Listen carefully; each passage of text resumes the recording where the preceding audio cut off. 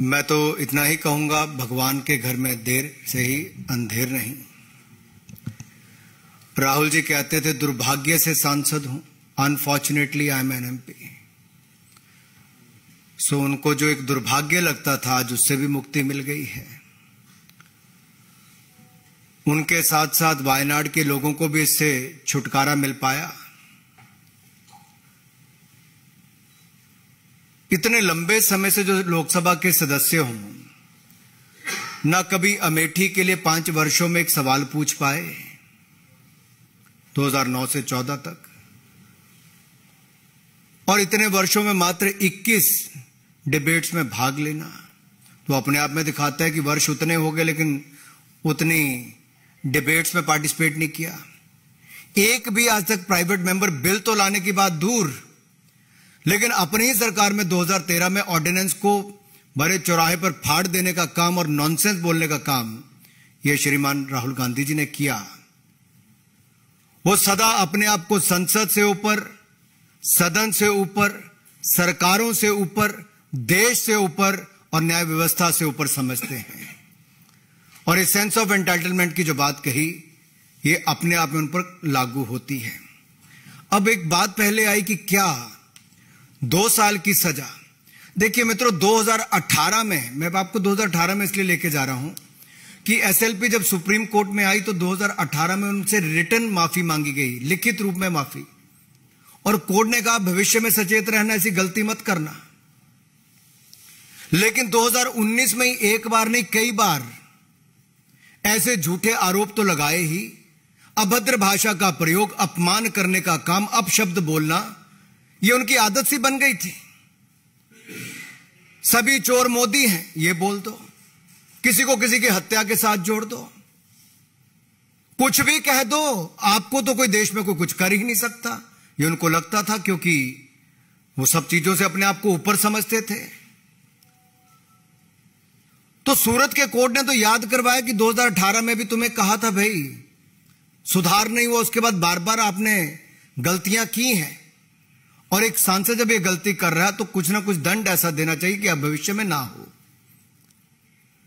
जहां तक सदस्यता जाने की बात है, ये लिली थॉमस केस में बहुत स्पष्ट है जी, सुप्रीम कोर्ट की जजमेंट के बाद, कि 2 साल का दंड हुआ और दोष सिद्धि के बाद अगर उसके ऊपर रोक नहीं लगी तो आप सस्पेंड माने ही जाते हो। इसकी तो पुष्टि करने का काम ही केवल लोकसभा में होना था।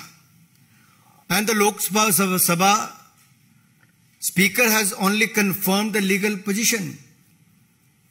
He is not required to take any decision or pass any speaking order. The decision falls under the provisions of Article 1021E of the Constitution of India, read with the Section 8 of the Representatives of the People Act 1951. लेकिन जो धर्मेंद्र जी ने कहा, स्पष्ट है कि 2 साल की सजा थी, संसद की सीट सांसद के रूप में छुट्टी होनी थी। लेकिन ये सुनियोजित षड्यंत्र, सोची समझी साजिश कांग्रेस में किसने रची, राहुल जी आपको समझना पड़ेगा। इसकी जड़ तक जाना ही पड़ेगा। कौन है जो छुटकारा पाना चाहते थे? कौन है जो बैटरी ऑफ लॉयर्स कांग्रेस में, तो देखिए जी राज्यसभा के सांसद और लोकसभा के इतने हैं जो बड़े नामी ग्रामी लॉयर्स हैं जी। क्या एक भी सही राय देने वाला कांग्रेस में नहीं बचा, मिला, या जानबूझकर गलत रास्ते पे डाला गया? ये छुटकारा कौन पाना चाहता था? एक तो मैंने कहा वायनाड के लोगों को तो छुट्टी मिल गई, अमेठी वाले पहले पा चुके थे, लेकिन ये काम, ये जो लगता है कि डायनेस्टी का होने, तो मैं उससे ऊपर हूं, सबसे ऊपर हूं।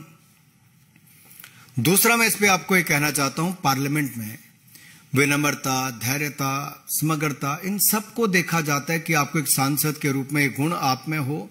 ये भारतीय संस्कृति के संस्कार भी है। लेकिन आप पार्लियामेंट में कहते हो मैं बोलूंगा तो पार्लियामेंट चलेगी, नहीं तो पार्लियामेंट नहीं चल सकती जी। यानी कि आप पार्लियामेंट के कानून नियम से भी ऊपर हो गए। आप सुप्रीम कोर्ट के आदेश के बाद भी आप कुछ भी करेंगे और आपको पूछने वाला कोई नहीं होगा। ये असंसदीय उनका आचरण पहले भी रहा है, और ये अहंकार जो लगातार दिखता रहा, और ये सत्ता में थे तब तो ये नशा था कि अपनी ही पार्टी का ऑर्डिनेंस फाड़कर फेंक दिया और अपनी पार्टी को अपनी औकात दिखा दी थी कि कांग्रेस पार्टी की सोच को ये कुछ नहीं मानते। आज उसी पार्टी के अंदर किसने खेल दिया, आज इनको पता नहीं चल पा रहा। 13 सालों में मात्र 21 चर्चाओं में भाग लेना, यही नहीं एक भी सिंगल प्राइवेट मेंबर बिल, जैसे मैंने कहा, नहीं ला पाए। I can say he is the epitome of the unparliamentary behavior, and he himself agrees on many issues. अब ये डिस्क्वालिफिकेशन क्या पहली बार हुई? जो माननीय धर्मेंद्र जी ने भी कहा, मैं कुछ नाम आपके सामने रखना चाहता हूं। लालू प्रसाद यादव जी, सजा भोगी हुए तो इस्तीफा देना पड़ा। पहले चारा घोटाला में, तो अब जाकर तुम मुझे प्लॉट दो, मैं तुम्हें जॉब दूंगा, जमीन के बदले जॉब, उसमें भी गए। ऐसे नहीं, आजम खान हो, मोहम्मद फैजल हो जो लक्षद्वीप के एमपी हैं, विक्रम सैनी, ऐसे बहुत सारे लंबी लिस्ट है जो सब ऐसे हैं। बट ये क्यों हुआ? राहुल जी की स्थिति क्यों आई? ये गलती एक बार नहीं बार बार की, और मैं कुछ आपके सामने आंकड़े जरूर रखना चाहूंगा, आवश्यक है। अगर आप ये देखेंगे, 7 जगह ये बेल पर है, जमानत पर है। एक बार नहीं है जी, बार बार ये अपशब्द बोलने के लिए, अपमानित करने के लिए, झूठ बोलने के लिए जब मुकदमे इनके ऊपर किए गए तो कोर्ट में जाकर इनको वहां से बेल लेनी पड़ी। नेशनल हेराल्ड केस में भ्रष्टाचार में बेल अलग है, ये अवमानना के मुकदमों में भी देखा जाए तो जहां पटना कोर्ट में यही इसी विषय पर कि सब मोदी चोर है, इस तरह की भाषा का उपयोग किया गया, उस पर इनको। अहमदाबाद कोर्ट में डिस्ट्रिक्ट कोऑपरेटिव बैंक ने किया तो उस पर भी इनको। इससे पहले गौरी लंकेश किलिंग के लिए बीजेपी और आरएसएस के साथ जोड़ना, उसके ऊपर। यही नहीं, एक के बाद अनेक ऐसे उदाहरण हैं। So in the end you could say Rahul Gandhi ji is a habitual loose cannon, and he thinks he can speak anything without ever facing the consequences. ऐसा लगता था कि देश के कानून और देश के कोई व्यक्ति इनके ऊपर कुछ कर ही नहीं सकता। और देश को बांटने की सोच तो कांग्रेस की पहले दिन से रही जी। जाति धर्म संप्रदाय के नाम पर बांटना लग बाती। अब तो धर्मेंद्र जी ये अपमानित करने पे आगे हैं ओबीसी समाज को, जो किया है। 3 साल थे इनसे माफी मांगने के लिए, किसी से माफी तक नहीं मांगी। मोदी जी के ऊपर एक बार नहीं बार बार अपशब्दों का उपयोग करना, अपमानित करना इनकी आदत बन गई। लेकिन एक बड़े वर्ग को, ओबीसी समाज को इस तरह से करना। दूसरा, ये वायनाड के सांसद बने तो उन्होंने अमेठी वालों के बारे में अपशब्द, नॉर्थ इंडियंस के बारे में अपशब्द बोल दिए, आप भूले नहीं होंगे। यही नहीं, जम्मू कश्मीर गए तो वहां पर जाकर भी वहां पर बांटने का काम किया कि लोकल को नौकरी मिले, और सब जगह इस तरह की बातें करनी शुरू कर दी। अरे बाकी तो छोड़िए, ये असम के चुनाव में गए तो चाय की बात करके गुजरात और उसमें दरार पैदा करना शुरू कर दिया। यहां कहां रुके? ये भारत को एक यूनियन ऑफ स्टेट्स भी कहते हैं, और देश के बाहर जाकर भी भारत को क्या देते हैं, India is like a European union. या तो इनको देश के फंडे क्लियर नहीं है, खुद ज्यादा के जानबूझ के ऐसे बयान देते कि मीडिया की सुर्खियों में बने रहें। और ये लगातार कश्मीर के बारे में जो कहना, जो 370-35 से नेहरू जी की देन थी, जो इनके कारण बेड़ा गर्क वहां पे हुआ था, लोगों की जाने गई, उससे बचाने का काम मोदी जी की सरकार ने किया। ये विदेश में जाकर उसके बारे में भी गलत बोलते हैं। ये अरुणाचल प्रदेश को भारत का हिस्सा नहीं मानते, इसके ऊपर कोई जवाब देने के लिए तैयार नहीं। भारत की वैक्सीन के बारे में गलत टिप्पणी करते हैं, उस पर विश्वास नहीं हो। जहां मोदी जी की सरकार, मोदी जी सबका साथ, सबका विकास, सबका विश्वास, इस पर काम करते हैं, ये लोग समाज को बांटने का काम, और विशेष तौर पर एक वर्ग को जो लगता है कि मोदी जी अगर उससे आते भी हैं, उसको बार बार अपमानित करने का काम करते हैं।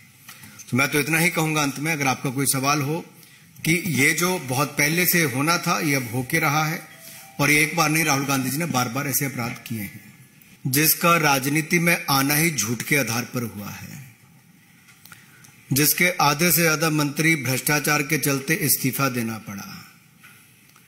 10 महीने में जो इनके मंत्री जेल में पड़े थे भ्रष्टाचार के मामले में, उसके लिए भारत रत्न की जो मांग करता है, दूसरा, शराब घोटाले में जो इनके उप मुख्यमंत्री जेल में हैं, उनकी तुलना शहीद भगत सिंह से करते हैं तो इनकी मानसिकता क्या है आप समझ सकते हैं। और माननीय अरविंद केजरीवाल जी, एक नहीं पंजाब में भी आपकी वही हालत थी। 2 महीने के अंदर आपके स्वास्थ्य मंत्री को इस्तीफा देना पड़ा। भ्रष्टाचार का नंबर 1 उदाहरण अरविंद केजरीवाल जी, झूठ बोलने के नंबर 1 उदाहरण अरविंद केजरीवाल जी। तो ऐसों से तो हमें कोई सर्टिफिकेट नहीं चाहिए। कम से कम प्रधानमंत्री नरेंद्र मोदी जी वो हैं जो 2001 से लेकर 2023 तक इन 22 वर्षों में एक एक पल देश के लिए जिए हैं, समर्पित रहे हैं, देश को आगे बढ़ाने का काम किया है, एक छुट्टी अपने तक के लिए नहीं ली, देश के लिए जिए हैं। और तभी तो फ्रेजाइल 5 इकोनॉमीज से फर्स्ट 5 इकोनॉमीज में लाकर भारत को खड़ा किया है। तभी तो उनके नेतृत्व को दुनिया ने 3 साल लगातार सबसे लोकप्रिय नेता के रूप में प्रधानमंत्री मोदी जी को 78% वोट के साथ चुना है। तो सर्टिफिकेट नहीं इनका चाहिए, सर्टिफिकेट भारत की जनता देती है। भारत की जनता ने राहुल गांधी जी को 2019 में ही नकार दिया था और 2014-2019 में मोदी जी को पहले से ज्यादा वोट दिलाकर, सीटें दिलाकर जिताया था। प्रियंका गांधी जी से मैं पूछना चाहता हूं कि टेरर फंडिंग वाले पे जो संस्था जांच करती है, FATF, उसने कांग्रेस के भ्रष्टाचार के मॉडल को भी केस स्टडी के रूप में लिया और उसमें प्रियंका गांधी जी के भ्रष्टाचार का सामने आया कि 2 करोड़ रुपए के बदले पद्म भूषण देने की उन्होंने बात की। जिस बेचारे को दबाव डाल के भ्रष्टाचार के अंतर्गत, मैं बेचारा इसलिए कह रहा हूं क्योंकि प्रियंका गांधी जी का दबाव, इनके नेताओं का दबाव, पेंटिंग बेची गई पद्म भूषण के बदले करोड़ों रुपए लिया गया, कहां गया, किसने खाया, उसका जवाब तो आज तक दिया नहीं 15 दिन में प्रियंका जी ने। क्या जवाब देंगी?